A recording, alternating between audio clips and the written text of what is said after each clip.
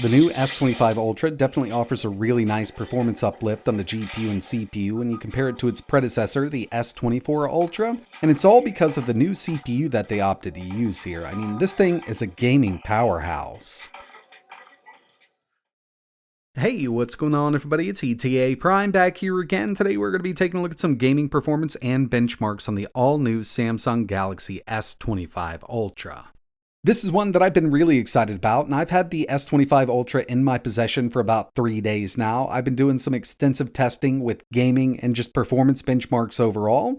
My main device before this, at least my main Android device, was the S24 Ultra. And overall, I personally think that this is a really nice upgrade on the design side because we do have a little bit of a different design here with the S25 Ultra versus the S24 Ultra. But when it comes to performance, that's where the major changes happen.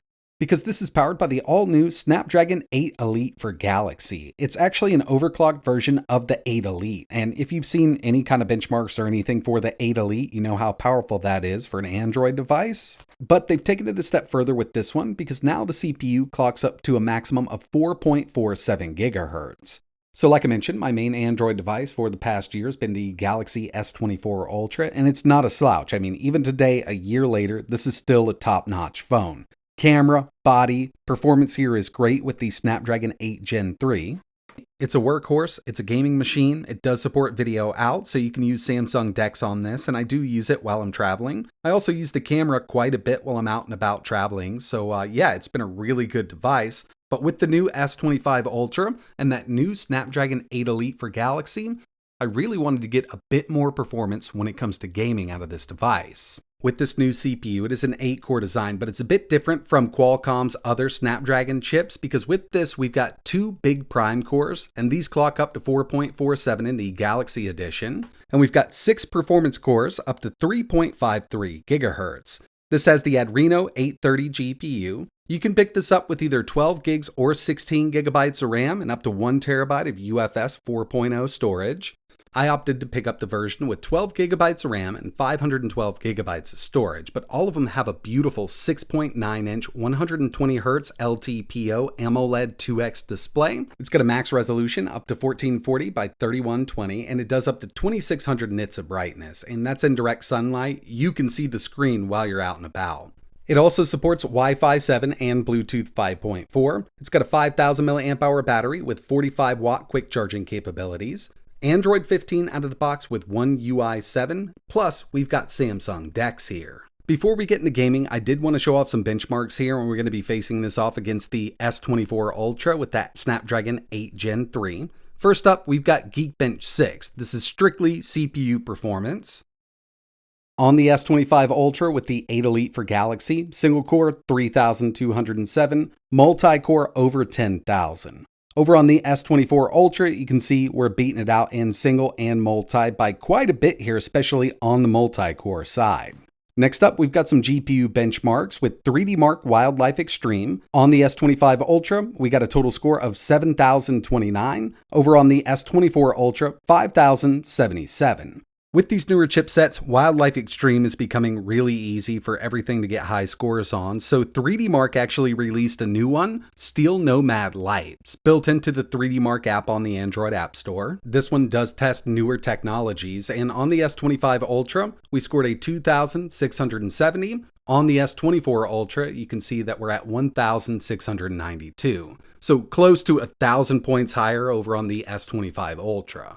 And the final one we have here is Antutu. On the S25 Ultra, we scored 2,595,869. On the S24 Ultra, we're right there at 1,946,959. And if you take a look down the list, it gives us individual scores. With the S25 Ultra, on that GPU alone, we're sitting over 1 million on that score compared to the 798,000 over on the S24 Ultra. And this equates to around 39% better CPU performance, 35% better GPU performance, but it's using 40% less power. Now, Qualcomm did state around 44% less power and 40% better CPU, 40% better GPU, but as you can see with these synthetics, it's a little under that. I guess they rounded up. Either way, this is a big jump for a mobile chip. I know Minecraft is an easy game to run, but right now we're actually at 22 chunks. Up in the top left-hand corner, I've got the FPS using the built-in FPS monitor that we have on these Samsung devices. You can enable it through the developer settings. Got a couple dips when things are loading in the distance, but at 22 chunks, that's pretty far for Minecraft on mobile. Out of the box, it usually defaults anywhere from 8 to 12 chunks. I wanted to turn this up to put a little more load on that GPU, and it can definitely handle it. Next up, Genshin Impact, and unfortunately the developers here just kind of leave Android out in the dark because we still don't have 120Hz mode with this or true controller support.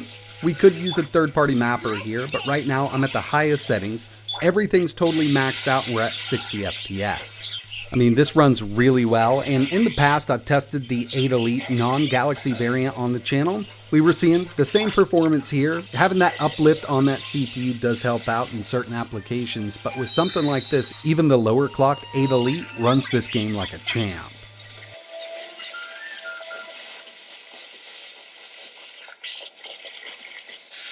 I also wanted to test out PUBG, and I thought that this actually went a bit higher than 60 FPS. I maxed out on the graphics, and I've got the FPS from the settings set to extreme. I thought that would be 90. I'm not sure if the phone is whitelisted for 90 FPS or not, and to tell you the truth, I'm not even sure if the game does 90 FPS on Android. Let me know in the comments below. This is the version from the Google Play Store. I probably should have got it from the Galaxy Store. But either way, the 8 Elite is handling the game just fine, and if you take a look up in the top left-hand corner, we've got our GPU and CPU usage. We're right there at around 28 to 32% on average, so we're really not even stressing the 8 Elite out with this game.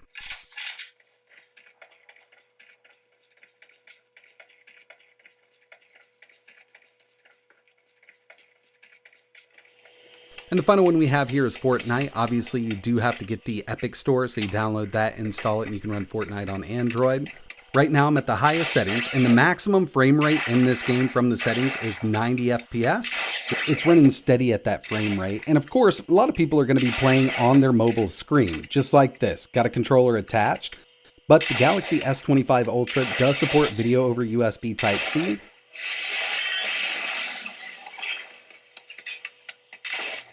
More importantly, it supports Samsung DeX, so we do get that full screen kind of desktop mode. And going over there to a larger display, I've just got a portable monitor here. You can plug this into your big TV, you can plug it into a computer monitor, it really doesn't matter as long as you've got an adapter.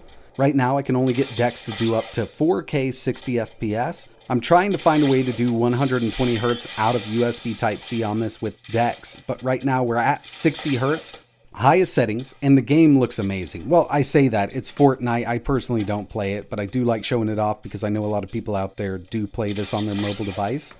Just to give you an idea, we are in Samsung DeX. This is running all on the S25 Ultra. You can use the phone screen as a touchpad, and I will have a full video coming up because there's quite a lot that we can do with DeX now, given that we've got such a powerful CPU in this system. So yeah, if you're interested in seeing a video like that, let me know in the comments below. Another couple things that I've been, working on, getting up and running on this are some PC games. Winlator does work right now. You do have to use a backend known as Vortex. It supports Vulkan, but it's still not 100% on the 8 Elite. So as soon as that happens, I will make a video because even now with what we've got, we're seeing some decent performance, but I know we can get a big uplift with the correct drivers. Yeah, the S24 Ultra with the Snapdragon 8 Elite for Galaxy is a powerhouse. When it comes to gaming, applications, you want to do some video editing, this thing will handle it all. Is it worth upgrading to from the S24 Ultra? Personally, I don't think so. I usually wait 2 years to upgrade my phone. There was another big reason I wanted to get the 25 Ultra over the 24 Ultra, and that's 4K 120Hz non-slow-mo mode with the Pro Video. So yeah, that's something I definitely use when I'm out and about, and that was another big deciding factor for me. But if you're happy with what you have right now, using that S24 Ultra, I would wait for the next generation. That way you get even more of an upgrade. But in the end, it's always up to you. So that's going to wrap this video up. Really appreciate you watching. I'll have more coming very soon. If you want to see a DeX video or, some Winlator running on this thing, let me know in the comments below. And if you want to learn a little more about the S25 Ultra or maybe pick one up, I'll leave some links in the description below. But that's it for this one. Like always, thanks for watching.